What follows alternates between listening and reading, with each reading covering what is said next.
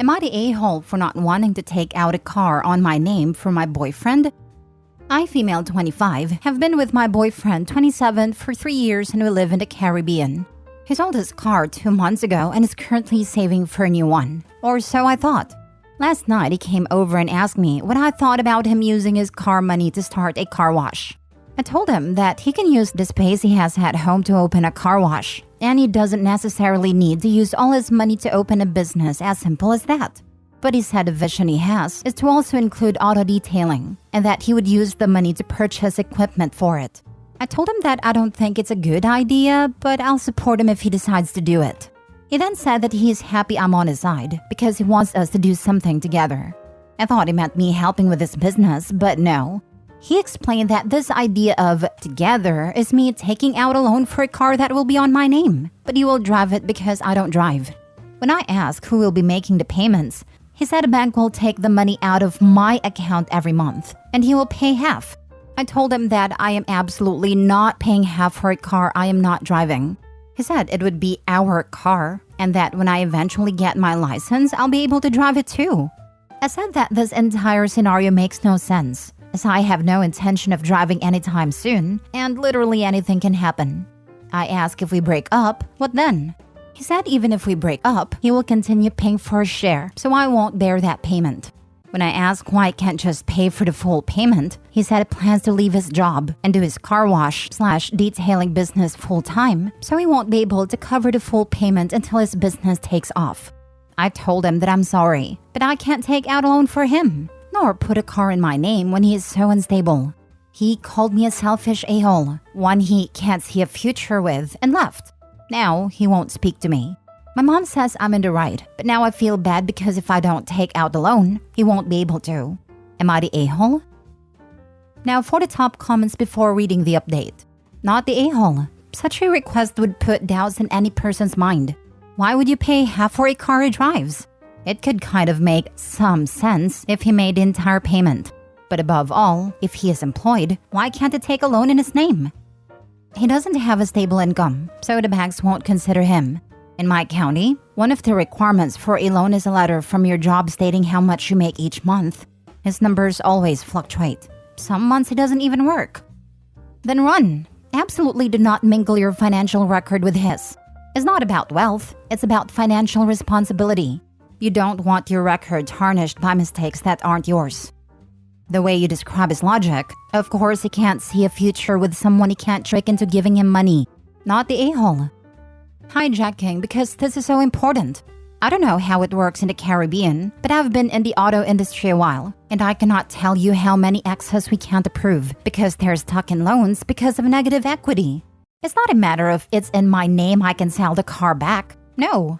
If you break up in 2 months and did a bare minimum down payment, or worse, no down payment with little to no equity, you owe the bank. And dealers will not buy unless you trade it. And if he doesn't hold up his end of the deal, then you're more screwed. Just don't. Never buy a car with someone, especially a car you don't use. Isn't it beautiful when trash takes itself out? He's asking OP to take a huge financial risk for him with nothing but a pinky promise. Even if OP were to make a contract and have it stamped, how would OP hold him accountable for keeping his promise to pay his agreed half of the car? What if ex-boyfriend totals the car? A loving partner wouldn't put their partner at risk like this. This is just financially dumb. Not the a-hole. Not the a-hole. Don't do it. I was stupid and did it for my now ex-fiancé. We split up a little over a year later. He let it get repossessed, and it ruined my credit. At a time, I could barely even afford to pay rent and utilities and eat. So I had to file bankruptcy and it was awful. He ended up in prison, so there was no way to get him to pay for anything. Biggest mistake of my life other than dating him in the first place. Your boyfriend's reaction is over the top, and you would be better off without him. I'm so sorry that happened to you. Thank you so much for sharing your experience. I will definitely take it into consideration. Right now, he has me blocked on everything and hasn't picked up my calls, so I'm not sure what's happening or where to go from here. Now for the update. Hi guys, thank you so much for giving your opinions, stories, advice, everything.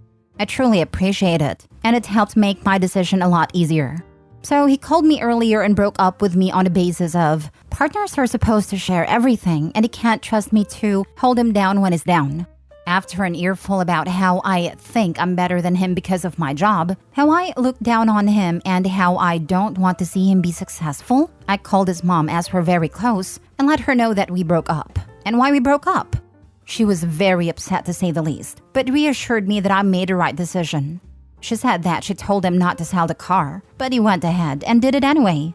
After we spoke, she wished me well and I went to get something to eat. I guess she told him something about it because he texted me shortly after. I'm just going to copy-paste what he said. Him: how childish do you have to be to call my mom? Me: I wanted her to know that we broke up and why. Him: just say you wanted to manipulate her and make her believe I'm trying to leech off of you. What have you ever done for me? Tell me. You know what's sad? You were supposed to be the person I could come to for anything. I had my own car, something you never had, and I sold it because it was getting too expensive and I wanted something more efficient. You know that, so I don't know why you're trying to ruin what my family thinks of me and make me look like I'm begging you for a car. Shaking my head, you are the biggest a-hole and the most selfish person I ever met. Why couldn't you just be happy for me? Why couldn't you just believe in my dreams? You really think I would leave you after you got a car from me? You have no common sense, and that's why people will use you. You're too dumb for an educated woman, and that's why we broke up. Go tell her that. Yeah, lol. I didn't respond to any of those messages, but I did get a massive headache immediately after reading them. Anyway, thanks a lot for all your help, guys. I really appreciate it. Next story. Am I the a-hole for not supporting my girlfriend financially? For context, I, 24 male, have been in a relationship with my first girlfriend, 29 female, for about a month now. I've known her roughly since the middle of April, and she struggles financially as she is currently without a job to take care of her mental health. Well, I just finished my master's degree last year and now have a prestigious job that pays very well for my age. She told me today that she has no money left for the rest of the months and asked me to lend her money so that she could buy groceries and really has no options left. I know that she tends to spend money on stuff she wants instead of stuff she needs, like clothing or cosmetics over food, as she both showed me that since we've known each other, and seemed to not take advice on that matter, so I felt uncomfortable just giving her money. So we agreed on a compromise. She suggested that we go shopping together and I just pay for the groceries. A few hours later, she calls me and says that she talked with her friends about the situation and is now mad at me that I treat her like a child who won't take care of herself. Real quote. And she also thinks I'm an a-hole because I forced that on her and says I make her feel bad because I'm going on vacation soon. I worked a lot of overtime the last few months and wanted to relax, and also booked the vacation before I knew how much she is struggling currently. She also tells me I don't understand how she feels and says that I don't know the real world as I still live with my mother. I know that, and she knows I'm actively searching for my own place to rent right now. So I want to know, am I the a-hole in this situation? Not the a-hole. It sounds like you came up with a solution that would make you feel more comfortable and still meet her needs. She just doesn't like it, because as you stated, she probably wants to spend the money elsewhere. The funny thing about that is, the original idea for the solution came from her a few hours before she changed her mind. I just agreed to it. You've known her for a month, and she's already calling you names for not paying her bills? That's not a red flag, that's the Red Sea. Dump her before she sinks her claws into you more. Not the a-hole. A big red flag waving fiercely in the middle of his first dumpster fire. Get out before she baby traps you. Not the a-hole. Dude, time to look for your second girlfriend. This one is asking for your money 1 month into your relationship and attempting to verbally abuse you into giving her free rein with it. You're not a boyfriend, you're just her latest target. Move on. And a 5-year age difference seems significant at this stage in life. She's 5 years ahead of him in life, yet isn't demonstrating adult life skills. No, not the a-hole. Dump the girl. She needs to figure out her life and how to manage her finances. The relationship is way too new for all of this, and her attitude is unacceptable. She clearly has toxic friends with equally immature ways of thinking. Save yourself the headache and don't get sucked any further into that money pit. Last story. Am I the a-hole for saying I don't like my friend's boyfriend, which caused him to lose a job opportunity? I, 27, have a friend, Natalie, who has a boyfriend, Jamie. Jamie is a complete jerk. He's one of those people who makes below-the-belt jokes and then calls you sensitive if you don't find it funny. In the 18 months I have known him, he has called Natalie fat, average, and boring to her face too many times to count. He has called many of our mutual friends rude and demeaning things and has purposely antagonized me on many occasions. We all put up with him because if we don't, we'd never see Natalie. But he really is the butt of every joke and a walking cliche. My roommate Harry recently had a job come up in his company that Natalie asked him to interview Jamie for.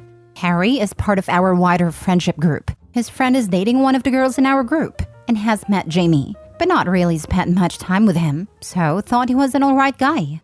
I decided to keep out of it because I know Jamie has been unemployed for a while and it has really affected Natalie. However, when Harry mentioned he was going to do the interview at our apartment, he could see I was uncomfortable. I didn't mention anywhere near the extent of Jamie's behavior, just said he made a couple of demeaning remarks to/about me, and I wasn't overly keen on being around when he was. I told Harry not to do anything about this, and that he should hire the best person for the job. Harry went through with the interview, but he made Jamie do a lot of prep work and presentation to other employees, and then made the interview extremely long for no reason. Then at the end, he said he wasn't going to hire him.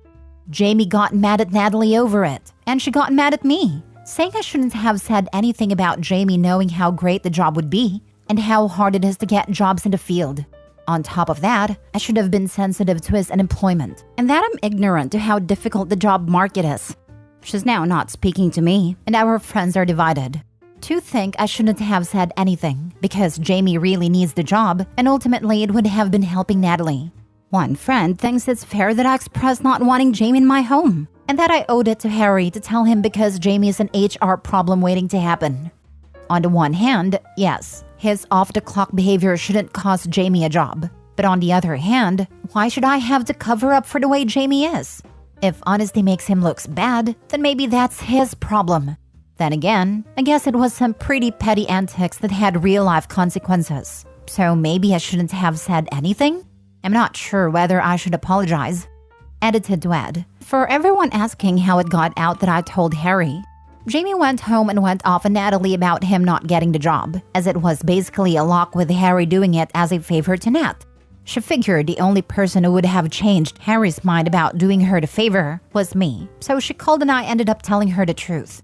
She then told everyone else. For everyone who missed it in the post, Harry and I are roommates, so my home is his home. Harry has a home office and works out of that office most days. He conducts meetings from there all the time, which is normally fine because I know all his employees really well. He did not end up having the interview with Jamie at the apartment. He had it at the registered company office. Now for the comments, not the a-hole. Tell him it was only a joke and to stop being so sensitive. Yep, tell him the interviewer found him boring and average. Not the a-hole. It is likely that Harry didn't make the interview extremely long for no reason. He did it to test Jamie on the things that came up in your conversation, to see if your passing comments were just you having a personality conflict with a nice guy, or if the things you mentioned would be issues in his work. It is likely that the interactions with our employees was to see if others got an uncomfortable vibe. Most people can put on a good front for a short interview. Putting them in more real-world situations shakes people out of their best behavior, so you can see who they would actually be on the job. You did nothing wrong. Jamie only has himself to blame for not getting the job. The fact that he got angry at Natalie because he didn't get a job tells you a lot about someone not taking responsibility for their own actions. That kind of behavior would totally come up in interaction with his potential coworkers, and likely had more to do with why Jamie didn't get the job than anything you said. If he had got the job, he would likely have failed his probation period anyway. Exactly. I dated a jerk very similar to Jamie. He interviewed at my office, and I sent a note to my boss with my exact concerns. He was a sexist, ageist, lazy, mean jerk who would step on a heartbeat to climb to the top. They interviewed him and made him interview with female boomers, who really pushed him on exactly what he had done versus things his teammates had done that he took credit for. He got snippy and didn't get the job. Boss had said nothing about my concerns to them. He lost it all on his own. And everything I said to my boss came out in a reference check anyway. They said it nicer than I did, but you could easily read between the lines. OP, you are not the a-hole. He is, and he knows it. My old boss had an interview rule where basically if you treated a white middle-aged dude noticeably better than anyone else, you didn't get the job. I guess it's the same thing. Sad it was necessary, but it was a good place to work. My old company was tiny, so whenever anyone interviewed, they met with everybody. And I swear it sometimes turned into a fascinating social experiment. Some people did not understand if they behaved dismissively towards female support staff, they would absolutely not be hired.